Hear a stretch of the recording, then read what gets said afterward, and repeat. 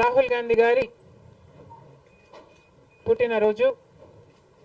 ఈ సందర్భంగా మేమే కాదు, రాష్ట్ర వ్యాప్తంగా దేశవ్యాప్తంగా కూడా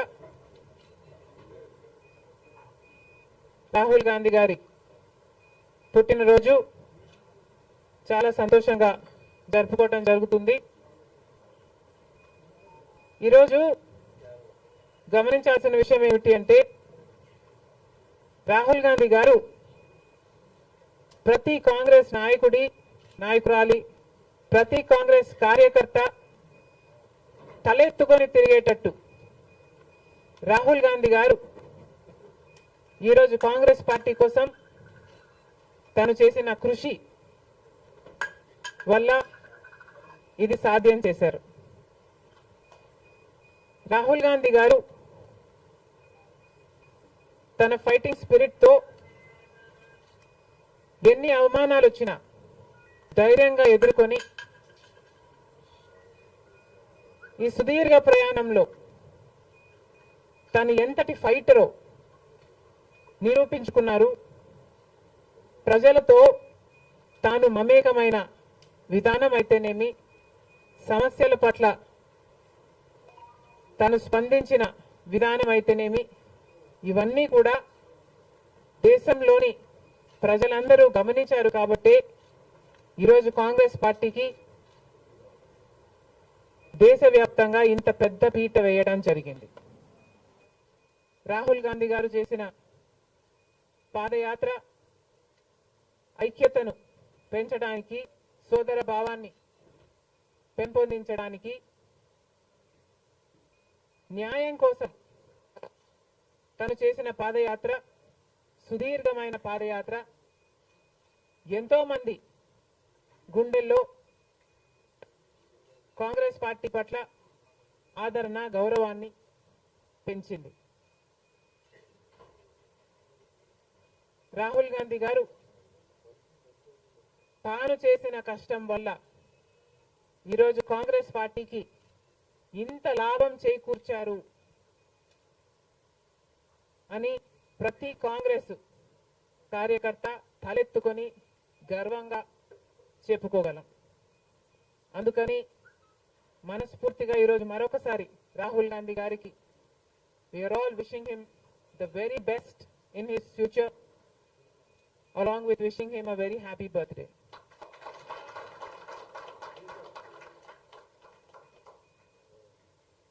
अब की बार 400 पार అంది బీజేపీ పార్టీ. అలాంటి పార్టీ కూడా ఈరోజు చిటికలు పడేటట్టు చేయగలిగింది రాహుల్ గాంధీ గారు, ఇండియా బ్లాక్. అందుకు గాను దేశ ప్రజలందరూ కూడా రాహుల్ గాంధీ గారిని అభినందించక తప్పదు. బీజేపీ పార్టీ ఒక మతతత్వ పార్టీ అని మతం పేరుతో చిచ్చు పెట్టడం, ఆ మంటలో చలి కాచుకోవడం బీజేపీ చేస్తున్న రాజకీయాలని మణిపూర్ ఘటన ద్వారా రుజువైంది. కాబట్టి బీజేపీ చేస్తున్న పొరపాట్లన్నీ ప్రజలు గమనించారు. కాబట్టి ప్రభుత్వానికి చెందిన ఆస్తులైతేనేమి వాళ్ళ బినామీలకు కట్టే ప్రయత్నం చేస్తున్నారు. కాబట్టి ఈరోజు బీజేపీ చేస్తున్న అరాచక పాలన వల్లనే ఈరోజు బీజేపీ పార్టీకి మెజారిటీ తగ్గడానికి కారణం. ఇంకొంచెం ఉంటే ఆల్మోస్ట్ బీజేపీ పార్టీ అసలు ప్రభుత్వమే ఏర్పాటు చేయలేని స్థితికి ఈరోజు బీజేపీ పార్టీ దిగజారిపోయింది. ఇలాంటి ప్రభుత్వం ఎన్ని రోజులు ఉంటుందో చెప్పలేని పరిస్థితి ఈరోజు ఉంది. కేంద్రంలో బీజేపీ పార్టీ అధికారంలో ఉంది అన్న మాటే తప్ప పవర్ మాత్రం ఈరోజు బీజేపీ చేతిలో లేకుండా పోయింది. ఎందుకంటే ఈరోజు బీజేపీ పార్టీ వాళ్ళ స్ట్రెంగ్త్ కోసం ఇతరుల మీద డిపెండ్ అయ్యే పరిస్థితి ఈరోజు బీజేపీ పార్టీకి కల్పించడంలో కాంగ్రెస్ పార్టీ, రాహుల్ గాంధీ గారు, ఇండియా బ్లాక్ సక్సెస్ అయ్యారు. దేశవ్యాప్తంగా ఇది పరిస్థితి అయితే ఇక రాష్ట్రంలో చంద్రబాబు గారు కూటమి పవన్ కళ్యాణ్ గారు బీజేపీతో కలిసి ఇక్కడ ప్రభుత్వం ఫామ్ చేయడం జరిగింది. ఈసారి జరిగిన ఎన్నికలు రాష్ట్రంలో చాలా విచిత్రంగా, అన్ప్రిడిక్టబుల్ గా, అన్ప్రెసిడెంటెడ్ గా ఈ ఎన్నికలు నిలిచాయి. కారణం ఏమిటి అంటే ప్రజలు చాలా డిసిసివ్ గా ఒక నిర్ణయం తీసుకున్నారు. మాకు మార్పు కావాలి అన్న నిర్ణయం ప్రజలు తీసుకున్నారు కాబట్టే ఈ ఎన్నికలు ఒకే డిసిషన్ మీద ఆధారపడి జరిగిన ఎన్నికలు. For Jagan, against Jagan. ఒకటే డిసిషన్ గా ఈ ఎన్నికలు నిలిచాయి. For Jagan or against Jagan. Against Jagan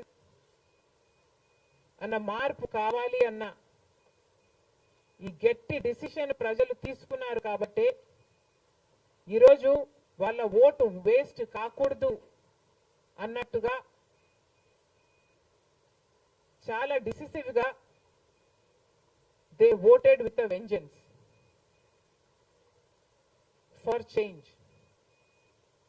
ఇది అవునన్నా కాదన్నా ఇది వాస్తవం.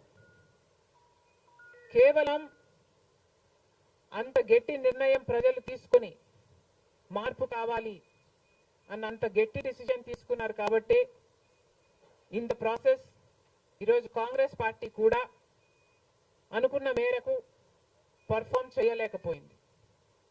కాంగ్రెస్ పార్టీ కూడా కేవలం నెల రోజుల ముందు సర్వే చేస్తే Congress party vote share between 6 to 7% ఉంది. దాన్ని మేము కష్టపడి పనిచేస్తే నేనే స్వయంగా 64 కాన్స్టిట్యుయెన్సీల్లో క్యాంపెయిన్ చేయడం కూడా జరిగింది. వీటన్నిటితో కనీసం 8% దాటుతుంది అని కాంగ్రెస్ పార్టీ ధీమాగా ఉంటే అది కూడా జరగలేదు. కారణం ఏమిటి అంటే ప్రజలు చాలా డిసిసివ్ గా వాళ్ళ ఓటు వేస్ట్ కాకూడదు, ప్రభుత్వం ఎలాగైనా మారాలి, మేము మార్చాలి అన్న డిసిషన్ తీసుకున్నారు కాబట్టి ప్రజలు కాంగ్రెస్ పార్టీకి కూడా ఓటు వేయడానికి ఆలోచన చేయడం జరిగింది. ఏది ఏమైనా కాంగ్రెస్ పార్టీ ప్రజల గుండెల్లో స్థానం సంపాదించుకోవడం మొదలుపెట్టింది. ఇది ఇలాగే అంచెలంచెలుగా పెరుగుతూ పోతుంది. రాహుల్ గాంధీ గారి నాయకత్వంలో మేమందరం కూడా కష్టపడి పనిచేయడానికి సిద్ధంగా ఉన్నాం. అటు కేంద్రంలోనైనా ఇటు రాష్ట్రంలోనైనా కాంగ్రెస్ పార్టీకి మంచి భవిష్యత్తు ఉంటుందని 2029 కల్లా మేము ఒక మంచి పొజిషన్లోకి రాగలమని నమ్మకం మా అందరికీ ఉంది. ఈరోజు చంద్రబాబు గారు ముఖ్యమంత్రి ప్రజల తీర్పును గౌరవిస్తూ ఆయనకు మరొకసారి శుభాకాంక్షలు తెలియజేస్తుంది కాంగ్రెస్ పార్టీ. అలాగే చంద్రబాబు గారికి మరొకసారి గుర్తు చేస్తుంది కాంగ్రెస్ పార్టీ మన రాష్ట్రానికి రావాల్సిన ప్రత్యేక హోదా. ప్రత్యేక హోదా అన్నది ఆంధ్ర రాష్ట్ర ప్రజల ఊపిరి. 10 సంవత్సరాలుగా మోడీ గారు, బీజేపీ పార్టీ ప్రత్యేక హోదా విషయంలో ఆంధ్ర రాష్ట్రాన్ని, ఆంధ్ర ప్రజలను మోసమే చేశారు. 10 సంవత్సరాల క్రితము ఎలక్షన్లకు ముందు మోడీ గారు వచ్చినప్పుడు 10 సంవత్సరాలు ప్రత్యేక హోదా ఇస్తాము అని తిరుపతిలో మాట ఇవ్వడం జరిగింది మోడీ గారు. అప్పుడు చంద్రబాబు గారు చెప్పిన మాట 10 సంవత్సరాలు సరిపోదు, 15 సంవత్సరాలు కావాలి అన్నారు అదే సభలో. కానీ 10 సంవత్సరాలు గడిచిపోయినా కూడా ఈ రోజు వరకు కూడా బీజేపీ పార్టీ ఆ మాటను నిలబెట్టుకోలేదు. కానీ ఇప్పుడు చంద్రబాబు గారు మద్దతు ఇస్తున్నారు కాబట్టి బీజేపీ పార్టీ అధికారంలో నిలబడింది. ఈ విషయం మోడీ గారు గుర్తుపెట్టుకోవాలి. ఎందుకంటే ఈరోజు ఆంధ్ర రాష్ట్ర ప్రజల ఎన్నుకున్న ఎంపీలు కనుక బీజేపీ పార్టీకి చంద్రబాబు గారు మద్దతు ఇవ్వకపోయి ఉంటే అసలు బీజేపీ పార్టీ అధికారంలో ఉండే ప్రసక్తే లేదు. ఈరోజు బీజేపీ పార్టీ అధికారంలో ఉంది అంటే దానికి కారణం ఆంధ్ర రాష్ట్ర ప్రజలు అని మోడీ ఇప్పటికైనా గమనించాలి. చంద్రబాబు గారికి మరొకసారి గుర్తు చేస్తున్నాం, చంద్రబాబు గారు బీజేపీ పార్టీతో ఎలక్షన్లకు ముందు పొత్తు పెట్టుకుంటున్నప్పుడే కాంగ్రెస్ పార్టీ పదే పదే చెప్పడం జరిగింది, ఒక్క మాట అయినా తీసుకోకుండా, కండిషనల్ సపోర్ట్ అయినా మీరు ఎక్స్టెండ్ చేయకుండా, మీరు బేషరతుగా స్పెషల్ స్టేటస్ అన్న కండిషన్ పెట్టకుండానే మీరు బీజేపీ పార్టీకి ఎందుకు అలయన్స్ పెట్టుకున్నారు చంద్రబాబు గారు అని అప్పుడు ప్రశ్నించడం జరిగింది. ఇప్పుడు మళ్ళీ బీజేపీ పార్టీ చంద్రబాబు గారిని డిమాండ్ చేస్తుంది. ఇప్పుడు మళ్ళీ కాంగ్రెస్ పార్టీ చంద్రబాబు గారిని డిమాండ్ చేస్తుంది. బికాస్ మీరు ఇచ్చిన ఎంపీల వల్ల ఆంధ్ర రాష్ట్ర ప్రజలు ఎన్నికైన ఎంపీలను మీరు బీజేపీ పార్టీకి ఇచ్చారు కాబట్టి, ఈరోజు బీజేపీ పార్టీ అధికారంలో ఉంది కాబట్టి చంద్రబాబు గారు ఈ విషయాన్ని గుర్తుపెట్టుకొని ఇప్పటికైనా మొండి పట్టైనా సరే స్పెషల్ స్టేటస్ అన్నది ఆంధ్ర రాష్ట్రానికి అవసరం కాబట్టి ఇప్పటికైనా స్పెషల్ స్టేటస్ మీద చంద్రబాబు గారు సీరియస్ గా వర్క్ చేసి ఇది సాధించుకు రావాలి అని కాంగ్రెస్ పార్టీ ఆంధ్ర రాష్ట్ర ప్రజల తరఫున డిమాండ్ చేయడం జరుగుతుంది. ఒక స్పెషల్ స్టేటసే కాదు, పోలవరం ప్రాజెక్టు కూడా ఉంది. పోలవరం ప్రాజెక్టుకు చంద్రబాబు గారు 2 రోజుల క్రితం వెళ్ళడం జరిగింది. నిజానికి పోలవరం ప్రాజెక్టు రాజశేఖర రెడ్డి గారి ఆలోచన. 2004లోనే రాజశేఖర రెడ్డి గారు 10,000 కోట్లతో 20 లక్షల ఎకరాలకు నీళ్లు ఇవ్వాలి అని తలపెట్టిన ప్రాజెక్టు పోలవరం ప్రాజెక్టు.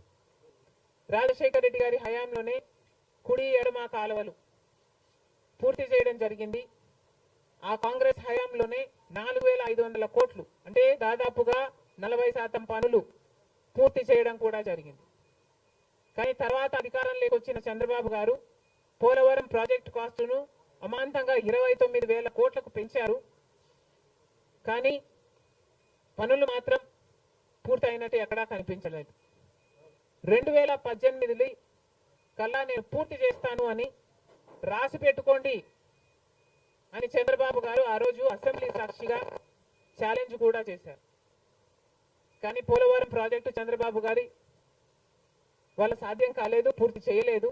ఆ తర్వాత అధికారంలోకి వచ్చిన జగన్మోహన్ రెడ్డి గారు పోలవరం ప్రాజెక్టుని మళ్ళీ రివర్స్ టెండరింగ్ అంటూ మొదలుపెట్టి 55,000 కోట్ల రూపాయలకు దాన్ని ప్రాజెక్టు కాస్ట్ను పెంచారు. తీరా చూస్తే ఏ పని జరగలేదు. ఇప్పటికైనా చంద్రబాబు గారు చెప్తున్న మాట ఏమిటి అంటే 75% పనులు మా హయాంలోనే పూర్తయ్యాయి, 25% పనులు మిగులున్నాయి, నేను పూర్తి చేస్తాను అని చెప్పడం జరిగింది మొన్న చంద్రబాబు గారు. చంద్రబాబు గారిని కాంగ్రెస్ పార్టీ ప్రశ్నిస్తుంది, మరి 25% పనులు మాత్రమే మిగులుంటే 4 సంవత్సరాలు పడుతుంది అని మీరు ఎందుకు చెప్పారో చంద్రబాబు గారు సమాధానం చెప్పాలి. పోలవరం ప్రాజెక్టు మీద ప్రజలకు క్లారిటీ లేదు కాబట్టి పోలవరం ప్రాజెక్టు మీద ఒక వైట్ పేపర్ మీరు రిలీజ్ చేయండి. దాంట్లో అసలు పోలవరం పరిస్థితి ఏమిటి, దాని డిజైనింగ్ దగ్గర నుంచి మొదలు పెడితే అసలు దాని ప్రస్తుత పరిస్థితి ఏమిటి, మీరున్న 5 సంవత్సరాల అధికారంలో ఉన్నప్పుడు ఏం చేశారు, తర్వాత జగన్మోహన్ రెడ్డి గారు ఏం చేశారు, ఇప్పుడు ఏమి చేయాలి, ఎగ్జిక్యూషన్ కథ ఏమిటి, అన్నిటి మీద చేస్తుంది. ఇదే కాకుండా రాష్ట్రంలో ఎన్నో సమస్యలు ఉన్నాయి. ఏపీ రీఆర్గనైజేషన్ యాక్ట్ లో మనం తెచ్చుకోవాల్సింది, సాధించుకోవాల్సింది ఎన్నో ఉన్నాయి. అవన్నీ కూడా క్యాపిటల్ సిటీ అయితేనేమి, పోర్ట్లు అయితేనేమి, కడపలో స్టీల్ ఫ్యాక్టరీ అయితేనేమి, వీటన్నిటి మీద చంద్రబాబు గారు పని చేయాల్సి ఉంటుంది. మన రాష్ట్రంలో ఎక్కడా లేని విధంగా 50 లక్షల మంది బిడ్డలు ఉద్యోగాలు లేకుండా ఉన్నారు. ఇవన్నీ దృష్టిలో పెట్టుకొని చంద్రబాబు గారు ప్రజలకు ఒక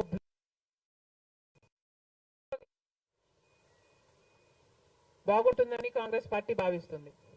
ఇదే కాకుండా చంద్రబాబు గారు సూపర్ 6 ఈ గ్యారంటీలతో చంద్రబాబు గారు ఎన్నికలకు వెళ్లారు. దీంట్లో యువతకు 20 లక్షల యువత వరకు ఉద్యోగ అవకాశాల కల్పన కల్పిస్తామని చెప్పారు. లేదా 3,000 రూపాయలు ప్రతి నెల ప్రతి నిరుద్యోగికి నిరుద్యోగ భృతి ఇస్తామన్నారు చంద్రబాబు గారు. అదే కాకుండా స్కూల్కి వెళ్లే పిల్లలకు ప్రతి విద్యార్థికి 15,000 రూపాయలు సంవత్సరానికి ఇస్తామని చెప్పారు. ప్రతి రైతుకి 20,000 రూపాయలు ఆర్థిక సహాయం ఇస్తామన్నారు. ప్రతి మహిళకు నెలకు 1,500 ఆర్థిక సహాయం, అంటే ప్రతి మహిళకి కూడా ఒక పెన్షన్ లాగా 1,500 ఇస్తామని చంద్రబాబు గారు మాటిచ్చారు. మహిళలకు ఉచిత బస్ ప్రయాణమే కాకుండా ఏడాదికి 3 గ్యాస్ సిలిండర్లు కూడా ఉచితంగా ఇస్తామని చంద్రబాబు గారు సూపర్ 6 లో ఇవ్వడం జరిగింది. ఇవన్నీ కూడా చంద్రబాబు గారు దీని విధి విధానాలు ఏమిటో, మొదలు పెట్టే తేదీ ఏమిటో వీటి మీద కూడా చంద్రబాబు గారికి స్పష్టత ఇవ్వాల్సిన అవసరం ఉంది. ఇవన్నీ ఎందుకు చెప్తున్నాము అంటే, మన రాష్ట్రము మిగతా రాష్ట్రాల్లాగా కాదు. మన రాష్ట్రము చాలా వెనకబడి ఉన్న రాష్ట్రం. వెంటనే పని చేయాల్సిన అవసరం ఉంది కాబట్టి మేము చంద్రబాబు గారిని, మన రాష్ట్రము ఒక స్పెషల్ చైల్డ్ కి కావాల్సిన నీడ్స్ మన రాష్ట్రానికి ఉన్నాయి కాబట్టి, కనీసం మీరు ఇప్పుడే గెలిచారు, ఆ విషయం మాకు కూడా తెలుసు. కానీ హనీమూన్ పీరియడ్ కూడా మీరు తీసుకునే పరిస్థితి లేదు. వెంటనే పనిలోకి దిగాలి, ఇవన్నీ చెయ్యాలి, మొదలు పెట్టాలి అని కాంగ్రెస్ పార్టీ చంద్రబాబు గారికి సూచిస్తుంది.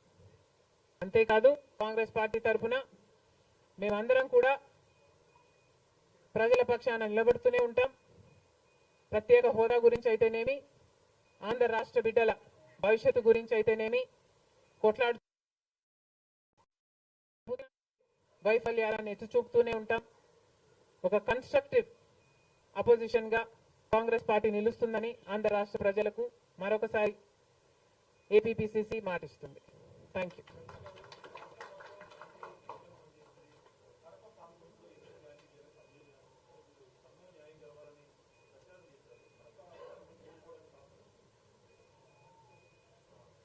Kadapa situation is a different situation because కడపలో ఎంపీ ఉన్నాడు, ఎమ్మెల్యే ఉన్నాడు, అధికార పక్షం. అక్కడున్న ప్రజలు భయభ్రాంతులు గురై బ్రతుకుతున్న ప్రజలు. ప్రభుత్వానికి వ్యతిరేకంగా, అంటే యువజన శ్రామిక రైతు పార్టీకి వ్యతిరేకంగా పనిచేస్తే, ఓటేస్తామని తెలిస్తే మాకు వచ్చే స్కీములు పోతాయి, అవి కాకుండా మా మీద కేసులు పెడతారు, దాడులు చేస్తారు అన్న భయం కూడా ప్రజలలో ఉంది. ఓటుకి 3,500 రూపాయల నుంచి ఇవ్వడం జరిగింది. విచ్చలవిడిగా డబ్బులు ఖర్చు పెట్టారు, డబ్బులు పని చేయకపోతే బెదిరించారు, లేకపోతే కేసులు పెడతామని, స్కీములు తీసేస్తామని, ఇలాంటి ఎన్నో ప్రలోభాలకు కడప ప్రజలు గురయ్యారు. ఇవన్నీ కూడా పనిచేశాయి. నేను కడపలో గెలవకపోవడానికి కారణం టైం అనే నేను అనుకుంటున్నాను. బికాస్ నేను కడపలో తిరిగింది కేవలం 14 రోజులు మాత్రమే. 14 రోజులు క్యాంపెయిన్ చేశాము, మిగతా టైం స్టేట్ వైడ్ క్యాంపెయిన్ చేశాము. మేము 14 రోజులు ఎంత కష్టపడినా కూడా we were not able to cover most of the geographical area. చాలా మటుకు రూరల్ ప్రాంతాలలో కనీసం రాజశేఖర్ రెడ్డి బిడ్డ పోటీ చేస్తుంది అన్న విషయం కూడా చాలా మందికి తెలియలేదు. మేము పోటీ చేసింది కూడా ఎలాగైనా సరే మళ్ళీ హంతకులు, హత్య చేపించిన వాళ్ళు చట్టసభలకు వెళ్ళకూడదు అని ఉద్దేశంతో మాత్రమే పోటీ చేయడం జరిగింది. సరే, అది జరగకపోయి ఉండొచ్చు, కానీ ప్రజల కంటే పైన ఉన్నది దేవుడు. ఐఎమ్ వెరీ ష్యూర్ వాళ్ళ పాపం పండుతుంది, పండే రోజు కోసం దేవుడు కూడా ఎదురు చూస్తున్నాడని నా అభిప్రాయం.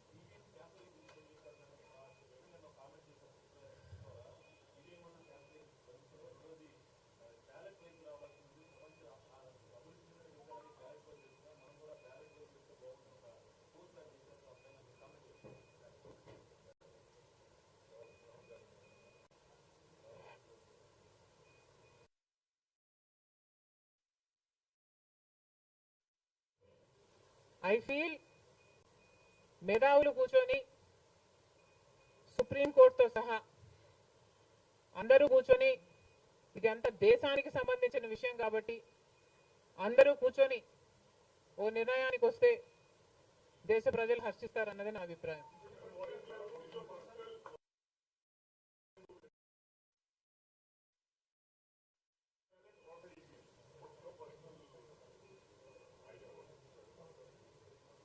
How does it matter what I think personally? Exactly. The reason I want Supreme Court to be involved is because I don't know the entire positives and the negatives of it.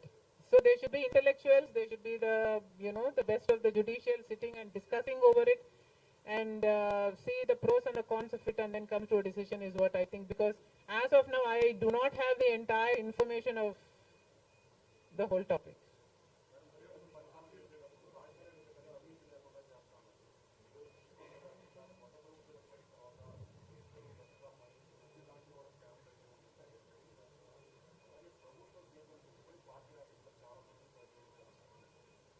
ప్రజలు బుద్ధి చెప్పారు కదమ్మా, ఇంకా నేను మాట్లాడటం ఎందుకు.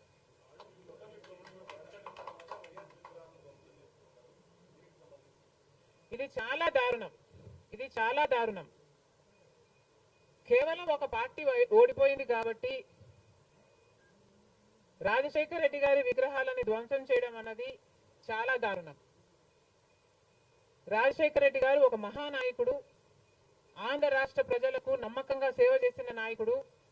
సేవ చేస్తూనే ప్రజల మధ్యలో నేను ఇంకా ఎంతో చేయాలి, సాధించాలి అని రచ్చబండకని బయలుదేరి వెళ్ళి చనిపోయిన నాయకుడు రాజశేఖర రెడ్డి గారు.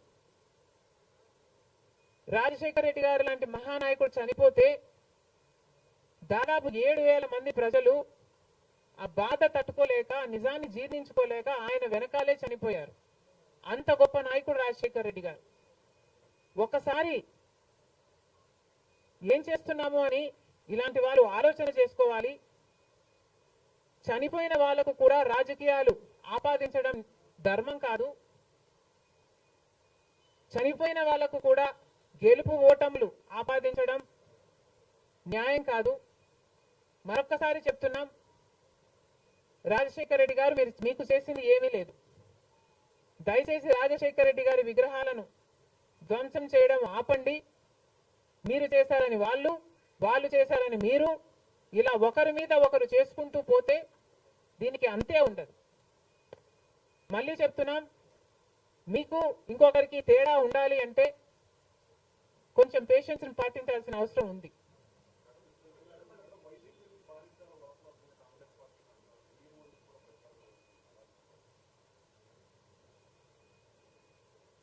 ఈవెన్చువలీ పిల్ల కాలువలన్నీ సముద్రంలో కలవాల్సిందే.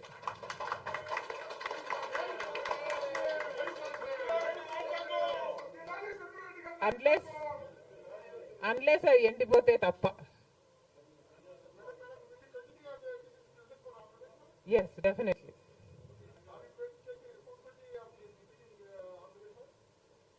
There is no taking the responsibility of anything in Andhra Pradesh, because in Andhra Pradesh, Congress is the only party that has stood by the people and has fought for the special status. On the one hand, Mr. Chandrababu Naidu, who was Chief Minister for 5 years, neglected special status, and then Mr. Jagan Mohan Reddy became the Chief Minister and continued neglecting the special status. Congress party was the only party fighting for special status and for all the rights of the AP Reorganization Act. The people of Andhra know this, but they also know that their vote should not go to waste. And because they were very decisive, that they wanted change, they voted this time with a vengeance for change.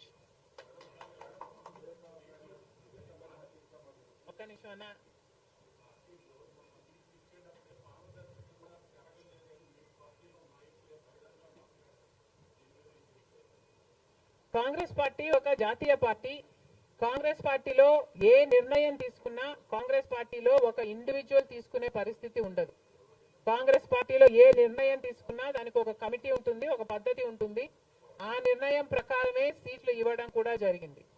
మిగతా వాళ్ళు అంటారా, వాళ్ళు చేసే చిల్లర అలిగేషన్లకు నేను సమాధానం చెప్పాల్సిన అవసరం ఉంది అని, నేను సంజాయిషి ఇవ్వాల్సిన అవసరం ఉంది అని నేను అనుకోవటం లేదు.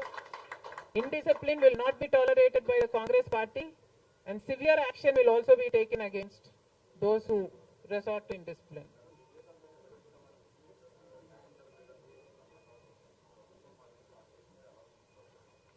న్యాయం జరుగుతుందన్న హోప్ మాలో చాలా పెరిగింది.